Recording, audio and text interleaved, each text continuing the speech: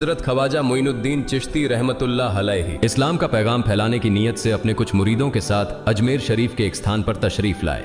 जिस मुकाम पर हजरत ख्वाजा मोइनुद्दीन चिश्ती रहमतुल्लाह अलैहि ने क़याम किया, वहां के करीब ही एक बड़ा तालाब था जिसे स्थानीय हिंदू लोग अनासागर कहते थे। उस दौर में इस तालाब की वसात और पवित्रता के कारण हिंदू समाज में इसका बहुत एहतराम किया जाता था। उनका यह अकीदा था कि जो शख्स दिन भर गुनाह करने के बाद इस तालाब में गौस्ल करता है, उसके तमाम गुनाह धुल जाते हैं। इसी वजह से वे इस तालाब को हमेशा दियों से सजाए रखते थे। कहा जाता है कि इस तालाब में हर रात दिए जलाने के लिए तकरीबन 3 मन तेल की जरूरत होती थी। तालाब की पवित्रता के कारण वहां सभी हिंदुओं को दाखिल होने की इजाजत नहीं थी। सिर्फ आला तबके के ब्राह्मण ही वहां गौस्ल कर सकते थे और तालाब के पानी को छू सकते थे।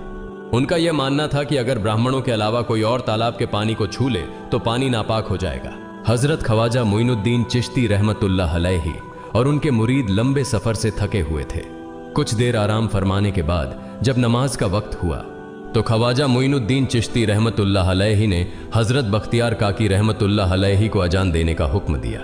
हुक्म पाकर हजरत बख्तियार काकी रहमतुल्लाह अलैहि ने अजान देना शुरू किया। उस वक्त हिंदुस्तान में तौहीद का पैगाम और अजान के अल्फाज किसी ने नहीं सुने थे। जब लोगों ने पहली बार अजान के अल्फाज सुने तो उनके दरमियान हलचल मच गई। लोग अपने घरों से बाहर आकर एक दूसरे लगे, ये फकीर लोग कहां से आ गए और ये क्या पढ़ रहे हैं। अजान खत्म होने के बाद हजरत ख्वाजा मोइनुद्दीन चिश्ती रहमतुल्लाह अलैहि और उनके साथियों ने अनासागर तालाब पर जाकर वुजू करना शुरू किया। जब हिंदू पुजारियों ने देखा कि एक अजनबी दरवेश उनके मखसूस तालाब का इस्तेमाल कर रहा है तो उनके दिल में गुस्से की आग भड़क उठी।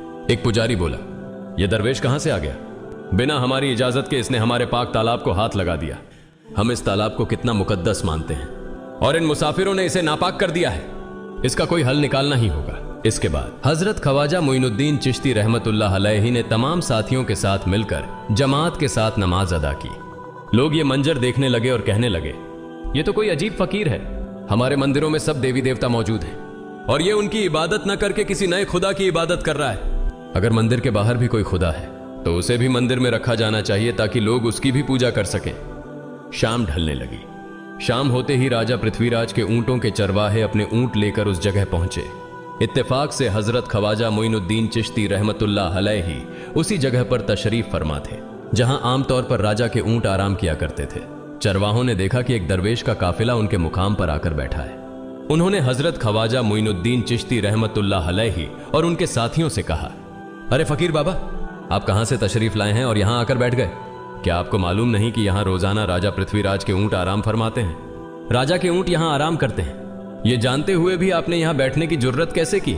हजरत ख्वाजा मोइनुद्दीन चिश्ती रहमतुल्लाह अलैहि ने उन चरवाहों को नरमी से जवाब दिया, बाबा, हम मुसाफिर हैं और अनजान हैं। हमें मालूम नहीं था कि इस मुकाम पर राजा के ऊंट आराम करते हैं। यहां रात गुजारने का इरादा कर चुके हैं। तुम अपने ऊंटों को आज किसी और जगह आराम देने ले जाओ। आसपास बहुत सी जगहें हैं। हजरत ख्वाजा मोइनुद्दीन चिश्ती रहमतुल्लाह अलैहि का जवाब सुनकर पृथ्वीराज के चरवाहे बोले, फकीर की हिम्मत तो देखो, कहता है कि राजा के ऊंटों को कहीं और ले जाएं और खुद यहां बैठे रहेंगे। फकीर बाबा, यह तो हरगिज मुमकिन नहीं है। राजा के ऊंट अपने ही मुकाम पर बैठेंगे। यह कहकर चरवाहों ने हजरत ख्वाजा मोइनुद्दीन चिश्ती रहमतुल्लाह अलैहि और उनके साथियों को वहां से उठाने के लिए दुर्व्यवहार करना शुरू कर दिया। हजरत ख्वाजा मोइनुद्दीन चिश्ती रहमतुल्लाह अलैहि बहुत ही सरल स्वभाव के थे।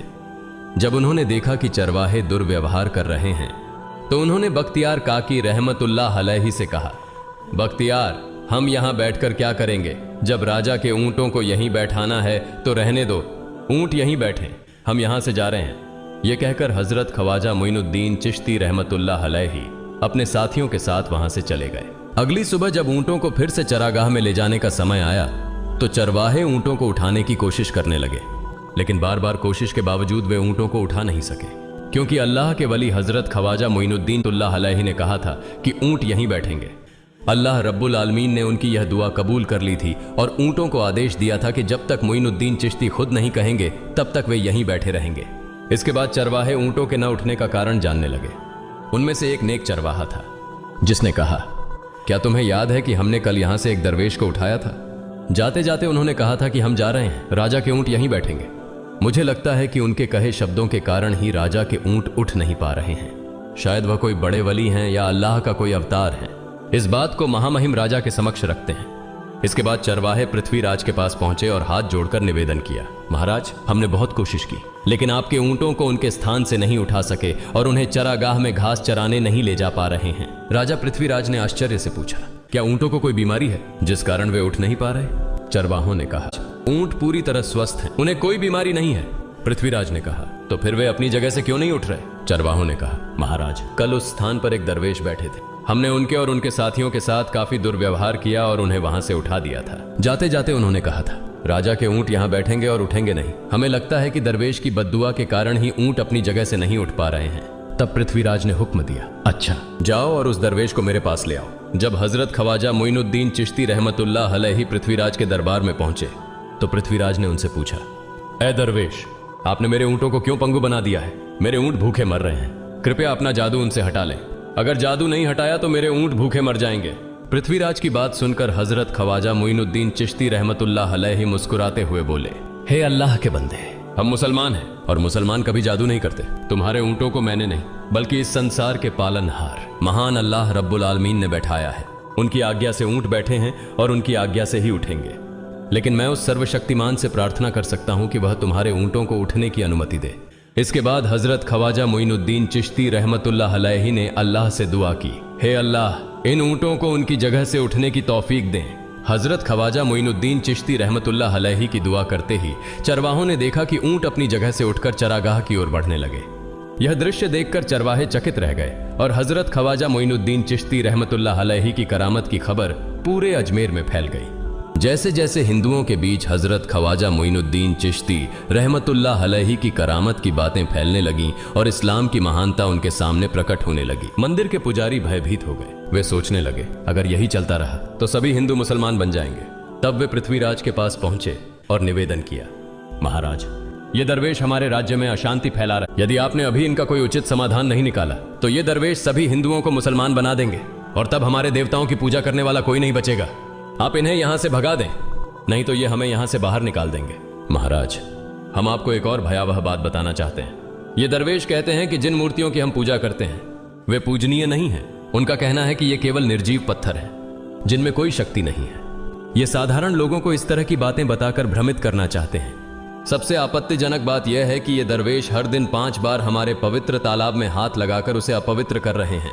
पुरोहितों की बात सुनकर पृथ्वीराज ने हजरत ख्वाजा मोइनुद्दीन चिश्ती रहमतुल्लाह अलैहि को बुलाया। जब हजरत ख्वाजा मोइनुद्दीन चिश्ती रहमतुल्लाह अलैहि उनके दरबार में पहुंचे तो पृथ्वीराज ने कहा, ए दरवेश, हम देख रहे हैं कि आप गोमाता का मांस खाते हैं और हमारे देवताओं का अपमान करते हैं। हमारे धर्म के बारे में तरह तरह की उल्टी सीधी बातें कर रहे हैं। हम यह सहन नहीं कर सकते। हम यह भी देख रहे हैं कि आप हमारे पवित्र तालाब को अपने अपवित्र हाथों से खराब कर रहे हैं।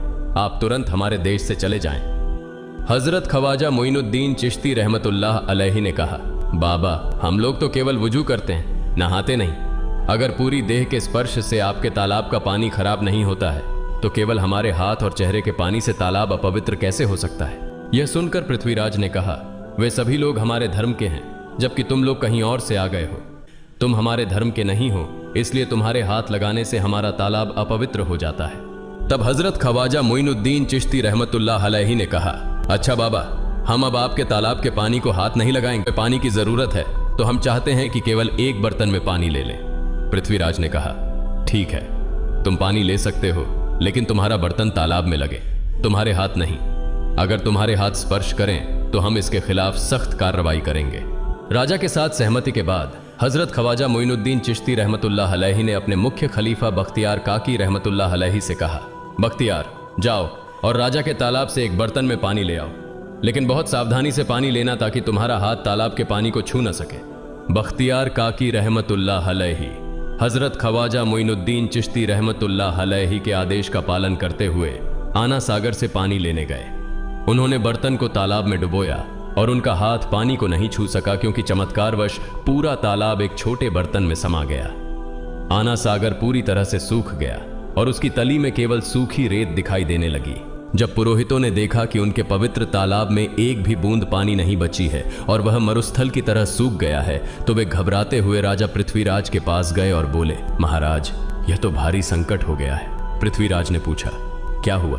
पुरोहितों ने कहा, उस दरवेश ने हमारे पूरे तालाब का पानी ले लिया है। अब हमारे पवित्र तालाब में एक बूंद भी पानी नहीं है।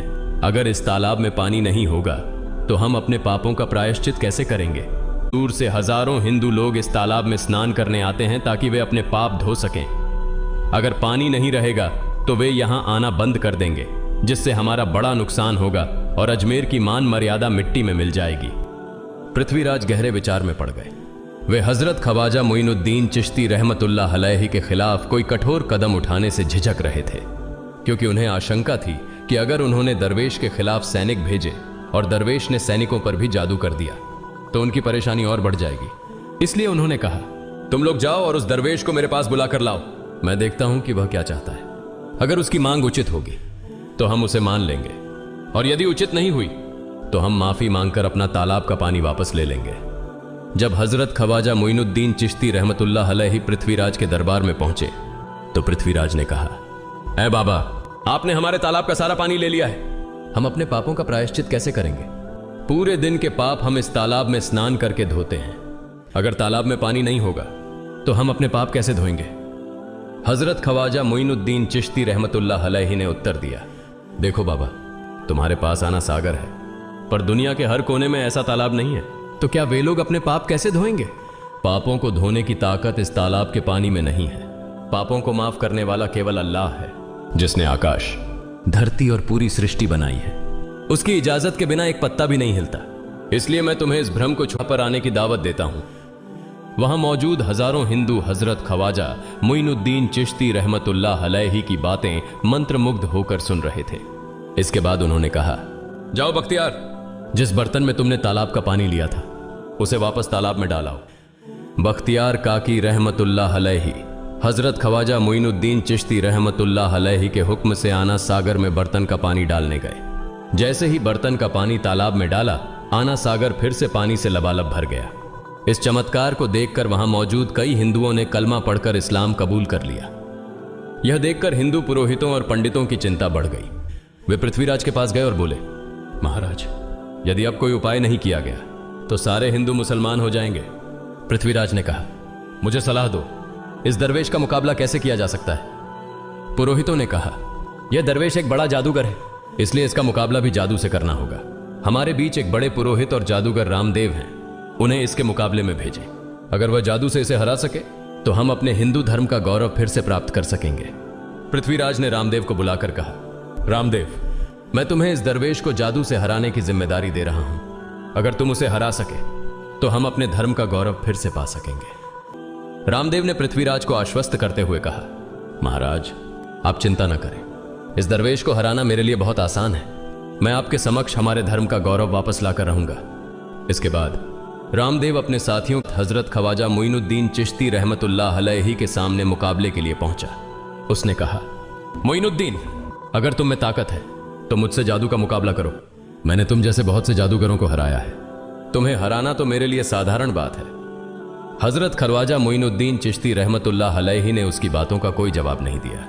रामदेव ने देखा कि हजरत ख्वाजा मोइनुद्दीन चुप हैं, तो उसने गाली गलौज करना शुरू कर दिया। जब रामदेव अपनी हदें पार कर गया तो हजरत ख्वाजा मोइनुद्दीन ने उसकी आंखों में देखते हुए कहा, रामदेव, तू चिल्ला रहा है, लेकिन मैं तेरे माथे पर ईमान की रोशनी देख रहा हूं। हजरत ख्वाजा मोइनुद्दीन चिश्ती रहमतुल्लाह अलैहि की यह बात सुनते ही रामदेव कांपने लगा, और उसी क्षण अल्लाह रब्बुल आलमीन ने उसके दिल में ईमान की रोशनी डाल दी। रामदेव हजरत ख्वाजा मोइनुद्दीन चिश्ती के चरणों में गिर पड़ा और बोला, हे अल्लाह के वली, मैंने आपके साथ बहुत बेअदबी की है, मुझे माफ करें और मुझे कलमा पढ़ाकर इस्लाम की राह दिखाएं। हजरत ख्वाजा मोइनुद्दीन चिश्ती रहमतुल्लाह अलैहि ने रामदेव को कलमा पढ़ाया और उनका नाम रखा मोहम्मद सादिक। इतिहास बताता है कि बाद में रामदेव मोहम्मद सादिक के रूप में एक बड़े अल्लाह के वली बन गए। प्रिय पाठकों, सोचें, जो रामदेव हजरत ख्वाजा मोइनुद्दीन चिश्ती को पराजित करने आए थे, वही अब उनके हाथ में हाथ देकर इस्लाम की शांति की छांव में आ गए। यह अल्लाह रब्बुल आलमीन का चमत्कार और शक्ति है, जो जिसे चाहे हिदायत दे सकता है। आमीन।